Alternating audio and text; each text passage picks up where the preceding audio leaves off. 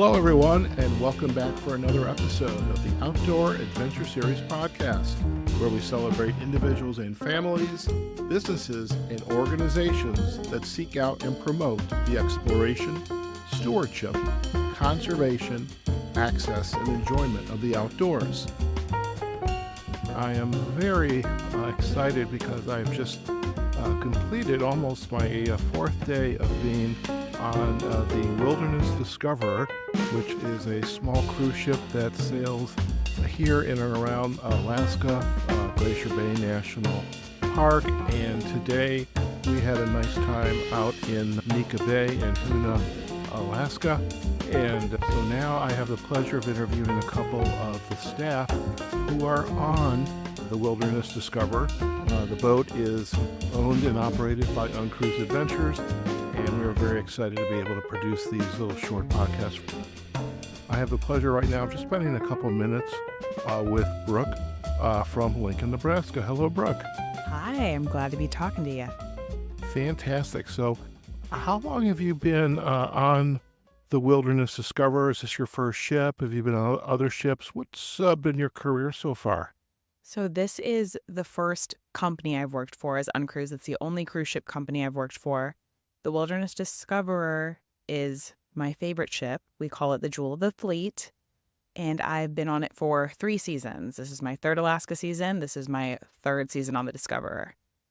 That is fantastic, your third season. Now, I've heard it's not easy to get on this jewel of a ship, and what made you want to be on a cruise ship like this out here in Alaska? I mean, you're in the middle of the country in Nebraska.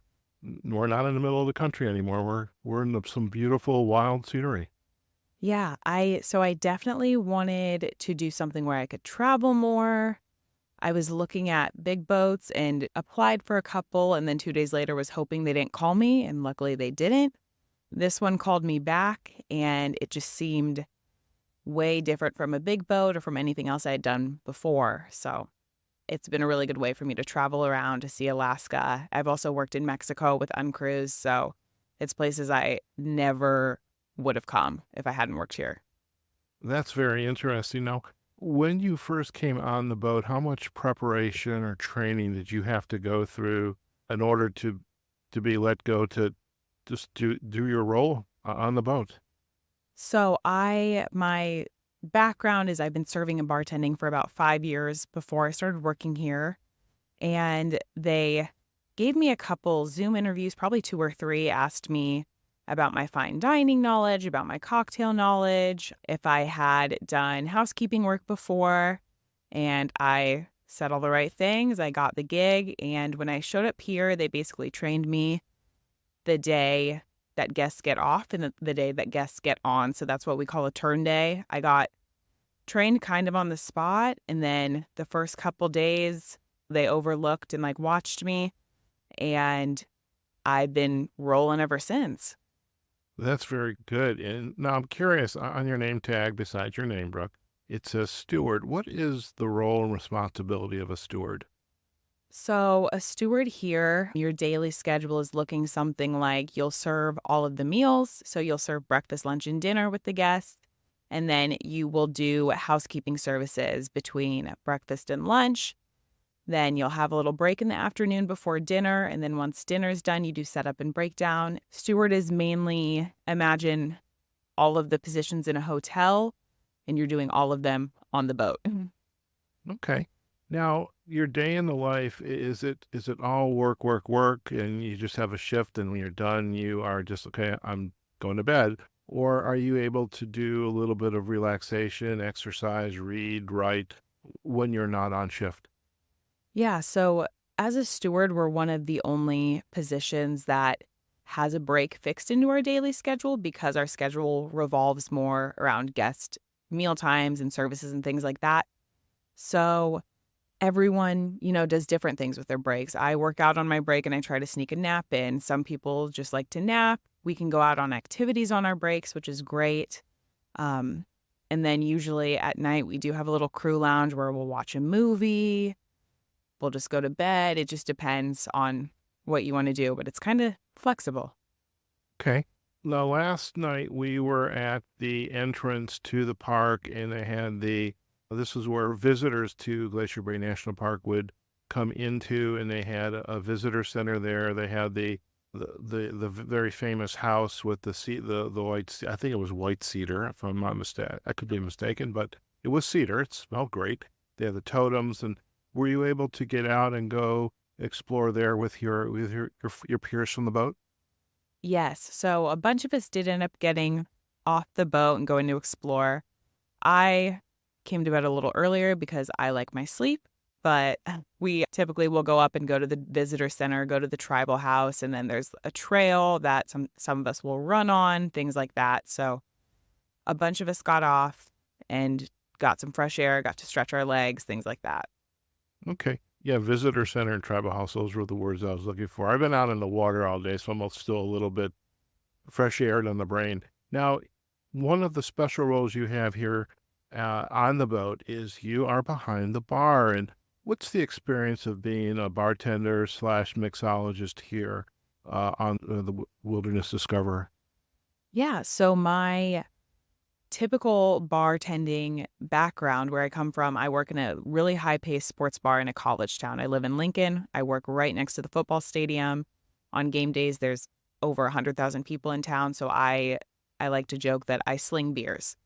It's very, very different working on a 60 to 80 passenger ship, but it's nice. You get to know people.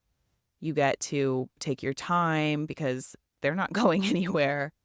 This is my second season bartending on this boat, which I do really like. I like being behind a bar again. Okay. And what are some of the signature drinks that visitors will have the opportunity to experience here on the boat? So we will do a signature drink every night on an UnCruise week. There's a signature drink every night that the bartender comes up. It's our own creation. So you could come on 10 of these cruises with 10 different bartenders and you would have 60 different drinks. We all have completely different styles. Some of us are more fruit forward. Some of us are more of an old fashioned vibe. I know I am typically more fruity, light. I like to make drinks that I would like if I could drink them. And I do like to make things bright and colorful. I like purples, pinks. If I can change the color in something, if I can put edible glitter in something, I just like theatrics. Okay. And I can tell we're starting to get some visitors back from some of their excursions. Let me just ask you two other quick questions. When the visitors come and they're at the bar, and are they like so excited sharing their stories, or are you kind of giving back? Hey, did you see this? Did you see that? Or what did you see? What kind of interaction are you having with them? Yeah, typically they will. I mean, they come back with stories and I'll ask people how their afternoons went and they'll say, oh, we saw this. And sometimes I'm a little jealous. But I mean, it's really cool to see people this excited to be here. I know you can get a little jaded working here season after season, week after week. So it is really nice to see somebody come back and be really excited about something because it was the first time they ever saw it. Excellent. And just two last questions, I promise. What insight that you would like to share with listeners on this podcast? Are going to hear about the Outdoor Adventure Series. They're going to hear about UnCruise Adventures, the Wilderness Discoverer. What's your aha moment that you would like to share with them about why you need to consider doing this? I would say if you are somebody who likes change and adventure, this is for you. If you're not someone who wants to sit on one of the big cruise ships all day, if you want to get your feet wet and get your hands dirty, this is the place to go. I know I would have never, ever come to Alaska if I didn't work here. It wasn't on my radar. So it's something that, and now it's my favorite place in the world. It completely changed my life. So I think a lot of people are looking to go tropical places in the summer, and maybe coming up north isn't actually so bad after all. Very good. Well, Brooke, thank you so much for agreeing to join into this little podcast adventure here on the Wilderness Discoverer. We really appreciate your time, and I know our listeners are going to want to take advantage of some of your insights and what you've shared and really, like you just said, get out there and explore, have the experience, because it certainly is here in Alaska. So thank you again. Yeah, of course. Okay, folks, wherever you are, whatever you're doing, go out there, have a phenomenal day, and we will look forward to having you join us on a future episode of the Outdoor Adventure Series podcast. Take care now. To learn more about UnCruise Adventures, visit their website at uncruise.com. You can also learn more on their social sites of Facebook, Instagram, YouTube, and Twitter.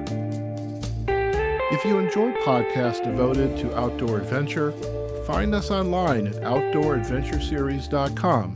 And remember, we welcome likes, comments, and sharing.